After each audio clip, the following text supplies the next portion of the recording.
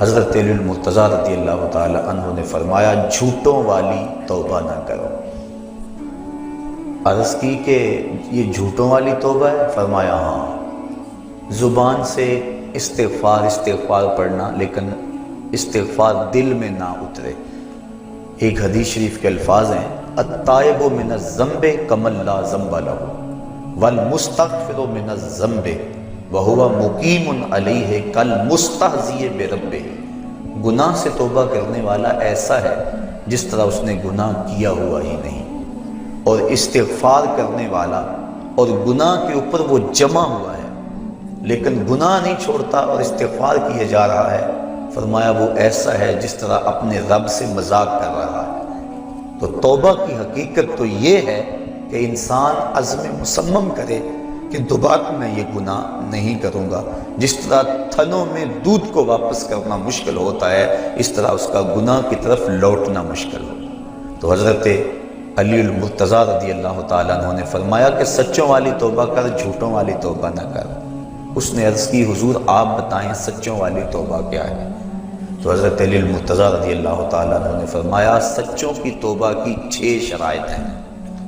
پہلی شرط یہ ہے کہ گناہ پر ندامت اختیار کی جائے، جو سابق گناہ کیے ہیں اس پہ شرمندگی ہو۔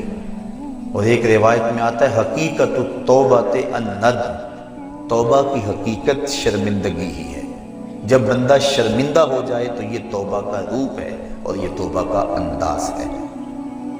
تو کہا پہلی چیز سابقہ گناہوں سے توبہ کر۔ دوسری بات جو فرائض رہ گئے ہیں ان کی قضا کر۔ توبہ کرنے سے پچھلی نمازیں اور جو فرائض اور روزے رہ گئے ہیں وہ معاف نہیں ہو جاتے، بلکہ توبہ تو اس بات کی ہے کہ جو وقت پہ میں نہیں پڑھ سکا اے اللہ وہ مجھے معاف کر دے، آئندہ میں وعدہ کرتا ہوں کہ جو میرے ذمے قرض ہے میں اس کو ادا کروں گا، اور نمازیں روزے اور دیگر جو تیرے حقوق ہیں میں ان کو ادا کروں گا۔ تو فرائض جو رہ گئے ہیں ان کی قضا کریں۔ تیسری شرط کسی کا قرض دینا ہو تو اس کو ادا کریں۔ چوتھی شرط کسی کے ساتھ جھگڑا کیا ہوا ہو تو اس سے معذرت کریں۔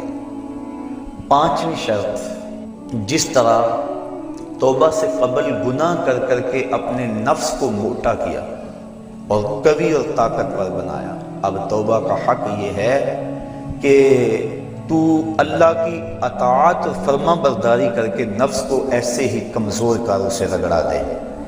اور چھٹی شرط یہ ہے کہ آئندہ گناہ نہ کرنے کا عزم مصمم کر لے۔ کہا اگر یہ 6 شرطیں تیری توبہ کے اندر موجود ہیں تو وہ تو سچا توبہ کرنے والا ہے، ورنہ تو زبان سے استغفار پڑھنے والا ہے، تیری توبہ سچی نہیں ہے۔ تو توبہ سچی یہی ہے کہ انسان خلوص کے ساتھ ان شرائط کے ساتھ اللہ کے حضور رجوع لائے، اور جب بندہ اللہ کے حضور رجوع لے آتا ہے تو پھر اس کے گناہ جتنے مرضی ہوں اللہ تعالیٰ معاف فرما دیتا ہے۔ گناہ کر بیٹھتا ہے اس کو ایک خوبصورت راستہ دیا گیا کہ اس نے جو بھی کیا ہے ہو گیا اس سے، اب اپنے دستے دعا کو اٹھائے اور اپنے مالک کے حضور حاضر ہو جائے، عرض کرے مالک نادانی اور جہالت کی وجہ سے مجھ سے یہ گناہ سرزد ہو گیا، میں تیری بارگاہ میں حاضر ہوں۔ اللہ تعالیٰ پھر یہ نہیں دیکھتا کہ اس کے گناہ کتنے ہیں، یہ دیکھتا ہے کہ یہ آیا ہے میری چوکھٹ پہ، اور اللہ تعالیٰ اس کے پچھلے سارے گناہوں کو معاف فرما دیتا ہے۔ جو صغیرہ گناہ ہیں وہ تو ساتھ ساتھ مٹتے رہتے ہیں۔ ہم نماز پڑھتے ہیں، وضو کرتے ہیں، نیک اعمال کرتے ہیں تو صغیرہ گناہ مٹ جاتے ہیں، بلکہ ایک روایت میں آتا ہے جب کوئی شخص گناہ کرتا ہے تو فرشتہ اس گناہ کو لکھتا ہے، حتیٰ کہ 5 گناہ وہ کر لیتا ہے تو فرشتہ 5 گناہ لکھ لیتا ہے، پھر وہ نیکی کرتا ہے تو جو نیکی والا فرشتہ ہے وہ گناہ لکھنے والے فرشتے کو کہتا ہے آؤ سودا کر لیں۔ وہ کہتا ہے کیا سودا؟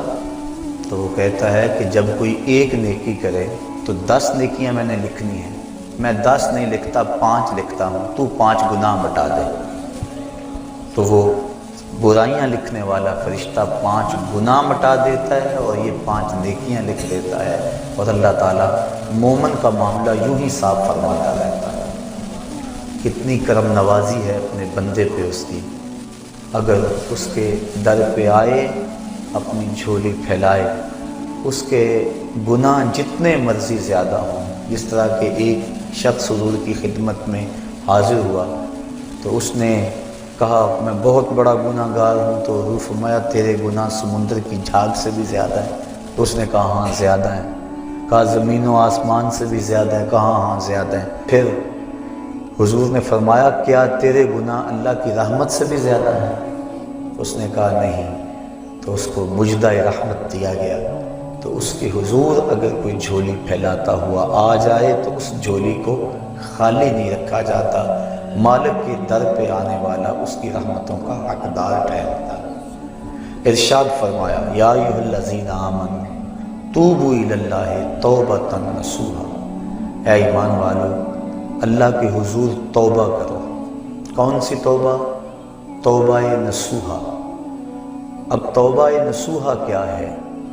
مفسرین کے اس پر 22-23 اقوال موجود ہیں، لیکن حضرت معاذ بن جبل رضی اللہ تعالی عنہ حضور رسالت مآب صلی اللہ علیہ وآلہ وسلم سے روایت کرتے ہیں کہ آقا کریم کی خدمت میں ایک شخص حاضر ہوا، اس نے عرض کی مت توبۃ النصوح، حضور توبۃ النصوح کیا ہے؟ تو آقا کریم علیہ السلام نے ارشاد فرمایا ان یندم العبد علی الذنب الذی اصاب فیعتذر الی اللہ تعالی ثم لا یعود الیہ کما لا یعود اللبن الی الدرع۔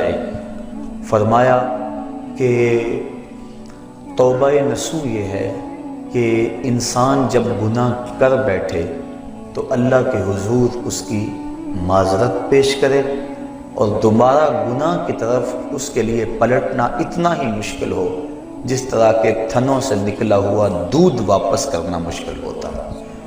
تو اگر کسی شخص کی یہ کیفیت ہو جائے تو وہ توبۃ النصوح کے مقام پہ فائز المرام ہے۔